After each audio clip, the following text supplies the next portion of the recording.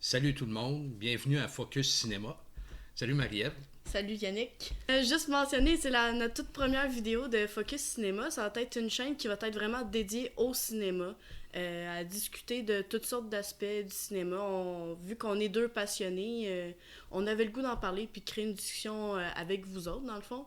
Puis c'est rien de ben professionnel. On n'est pas des professionnels du cinéma, là. Nous autres, on est juste vraiment des passionnés qui ont le goût de partager tout ça. Donc, bienvenue à notre première vidéo. Donc aujourd'hui, on va faire comme première émission notre top 10 des meilleurs films, nos coups de cœur à nous autres, des 10 dernières années. En 10e position, pour moi, un film que j'ai beaucoup aimé, c'est Love and Mercy. C'est l'histoire, dans le fond, de Brian Wilson, qui est le créateur et le génie derrière les Beach Boys. Puis ça se passe en deux temps, c'est-à-dire au début des années 90, quand il rencontre sa deuxième femme, qui l'aide à s'en sortir par rapport à tous les problèmes qu'il a eu, par rapport à ses dépressions. Et aussi, tu as l'époque de 1966-67, quand il crée le chef-d'œuvre des Beach Boys, c'est-à-dire l'album Pet Sound. Et c'est un film bien positif parce qu'on aurait pu focusser sur le côté plus sombre et plus négatif de Brian Wilson, mais au contraire, c'est très festif, joyeux. Et puis, c'est un bien beau film qui a passé un peu sous silence, mais une belle réussite. C'est vrai, j'avais pas pensé à ce film-là, mais c'est vrai qu'il était très très bon, là. C'est quelle année, ça? 2015, c'est vrai, 2015, j'ai oublié de le dire, 2015. Moi, bon, ma 10e position a changé hier soir. Mais il faut quand même que je parle de qu'est-ce que j'avais décidé avant, là. Au départ, ma 10e position, c'était Les Affamés, le film québécois de zombies de Robin Aubert. Au départ, c'était ce film-là, un film vraiment là, totalement différent de ce qu'on a vu au Québec, en tout cas. Là. En plus, c'est un film avec des rôles féminins vraiment forts, vraiment beaux, incroyables. Fait que ça, je tenais à le mentionner. Là. Mais finalement, qui a été remplacé hier par The Cabin in the Wood. Ça, c'est un film vraiment, là, il est dur à décrire, en fait. Ouais, c'est ça. Puis ça... Je mentionnerai pas le résumé du film parce que je veux pas rien dévoiler. C'est vraiment un film là, qu'il faut que vous voyez si vous aimez le cinéma d'horreur. Là, c'est un film qui rit un peu de tous les stéréotypes du film d'horreur, dans le fond, mais qui donne une petite twist. Là. Il y a un peu de science-fiction, il y a de l'humour, beaucoup d'humour, de l'humour noir, il y a du gore, il y a plein d'affaires. Puis moi, j'avais vraiment beaucoup aimé ce film-là. Pour ça, justement, c'est un film vraiment quand même assez pété, là. Ouais, il est dur à classer. Là. Ouais, c'est ça. Il n'y a aucun film qui ressemble à ça. Moi, j'enchaîne en 9e place avec Skyfall, sorti en 2012, pour le 50e anniversaire des films de James Bond. Je l'ai beaucoup aimé. Bon, c'est Sam Mendes qui l'a réalisé, celui qui nous a donné récemment en 1917. Et puis, Daniel Craig est encore Monsieur Bond. Et puis, notre fameux méchant, Javier Bardem, excellent dans le film. Ouais. Et puis, je l'ai aimé beaucoup parce que, pour une fois, ça a l'air un petit peu, disons, un petit peu plus plausible.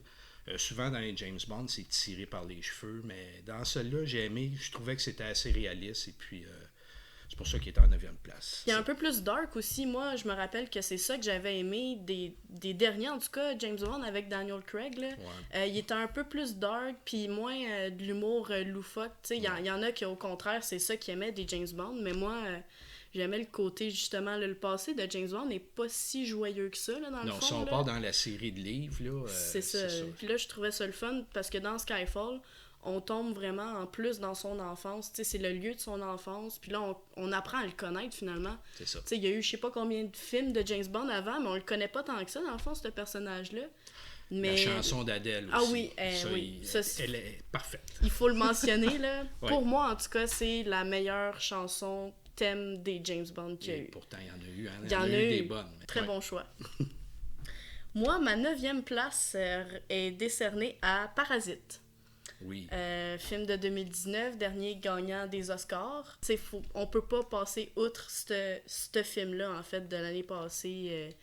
Excellent. Film coréen. Premier film en langue étrangère à gagner l'Oscar du meilleur film. Ouais. Bong Joon-ho, bon, on le sait tous, là, c'est lui qui a réalisé. Mais c'est un scénario de Han Jing-won. je tenais à le mentionner, parce que le scénario est vraiment incroyable là, de ce film-là. Là. Ouais. C'est un film vraiment qui sort de l'ordinaire. C'est à voir. Oui, très très intéressant comme film. Ma 8e place, c'est sorti en 2017, c'est le film Get Out. C'est écrit et réalisé par Jordan Peele.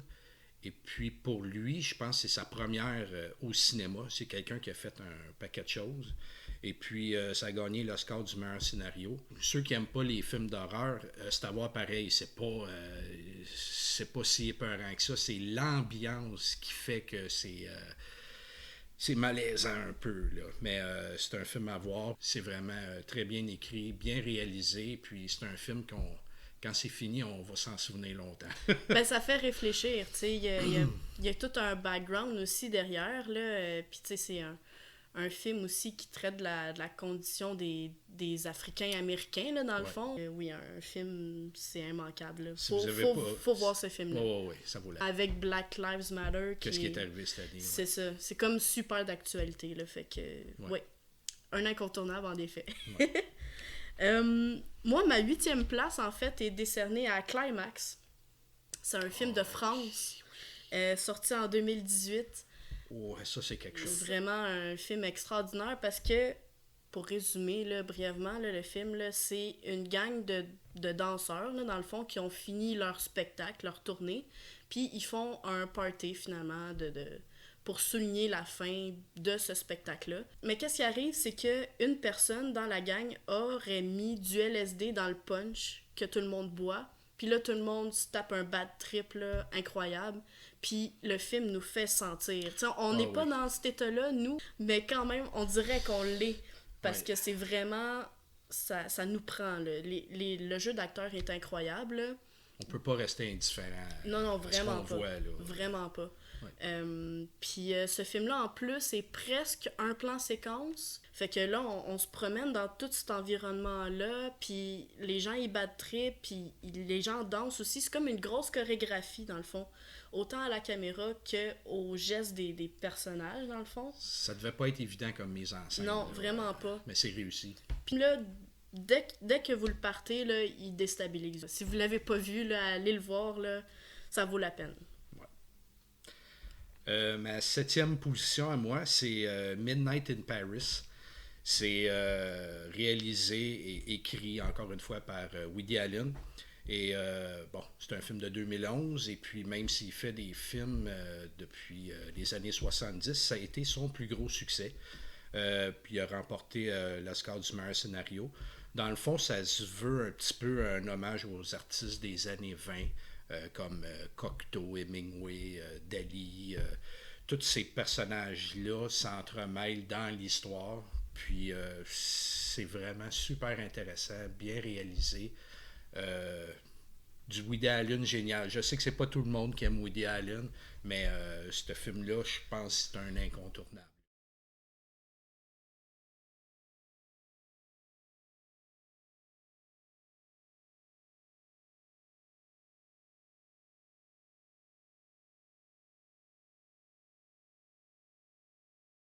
Et puis justement, moi qui est pas...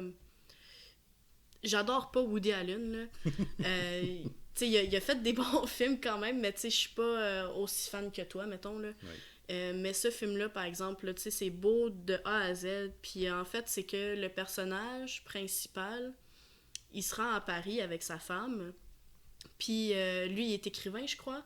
Ouais. Puis dans le fond, il se rend là pour avoir de l'inspiration, tout ça. Puis quand tombe minuit...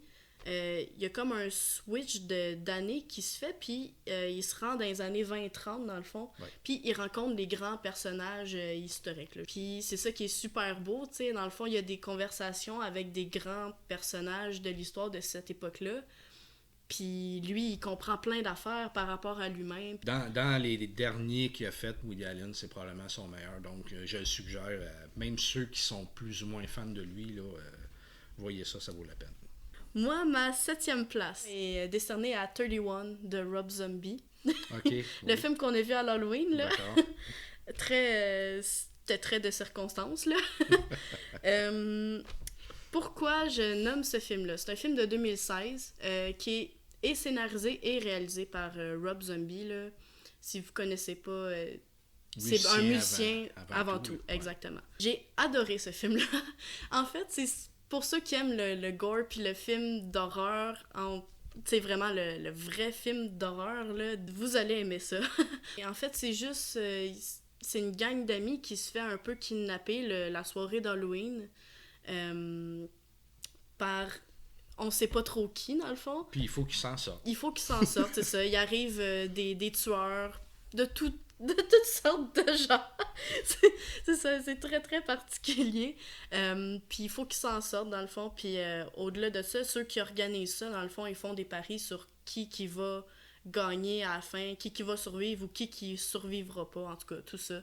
Fait que c'est assez détraqué, là. Mais moi, j'avais adoré ce film-là parce que c'est le tout premier film réalisé par Rob Zombie que j'ai vu. C'est son premier? Non, mais pour moi. Ah, OK. Celui que moi, j'ai vu, en fait, c'est le premier. Et puis, je suis comme tombée en amour, là, dans le fond. Là. J'ai vraiment aimé ça. Un peu trop, peut-être. Là. Puis, c'est surtout les personnages là, qui sont bons là-dedans. Là. Les personnages des tueurs, en fait, là, c'est des très beaux personnages. Ils sont colorés. Oui, exactement. C'est exactement le mot. Mais bref, c'est ça. Fait que 7e place pour moi, c'est 31 de Rob Zombie. On est rendu à la 6e position. Moi, c'est vraiment un film, je sais pas, mais je pense qu'il n'y a pas grand monde qui connaisse ça. C'est All Is Lost. C'est Seul en mer en français. C'est un film de 2013 et c'est avec Robert Redford. Oui, il est toujours vivant. C'est écrit, c'est scénarisé et réalisé par J.C. Chandler. Et qu'est-ce qui est spécial dans le film, c'est que Robert Redford est tout seul. Donc, il n'y a pas de dialogue. Il est tout seul en mer. Et il survit. Il essaie de s'en sortir parce que, bon, il y a des problèmes avec son bateau. C'est juste ça le film. Mais étant donné qu'il est tout seul, il y a une ambiance spéciale. Puis j'ai vraiment bien aimé ça. Donc, c'est ça. Mais je le sais, ça sort de l'ordinaire. C'est peut-être pas pour tout le monde, mais ça vaut le coup de voir ça. Puis Robert Redford est excellent. Puis il est plus jeune, là. Puis il est quand même en forme. On voit que ça n'a pas dû être un tournage facile parce qu'il est vraiment seul. Il faut qu'il s'occupe du bateau. Puis, j'ai vraiment été bien surpris de ce film-là. Puis il fait partie de ma liste. Moi, ma 6e place était à Get Out, en fait. Okay. Fait que là, on en a déjà parlé, là, mais vraiment, pour moi, c'est vraiment un incontournable des dernières années. Là. C'est le premier qu'on a toutes les deux sur notre liste. En commun, oui, c'est vrai. Je m'attendais à ce qu'il y en ait plus que ça à date. Là. Ouais. Mais on n'a pas fini. Là. Non, on est rendu à 5. Ouais, je suis rendu à mon 5e.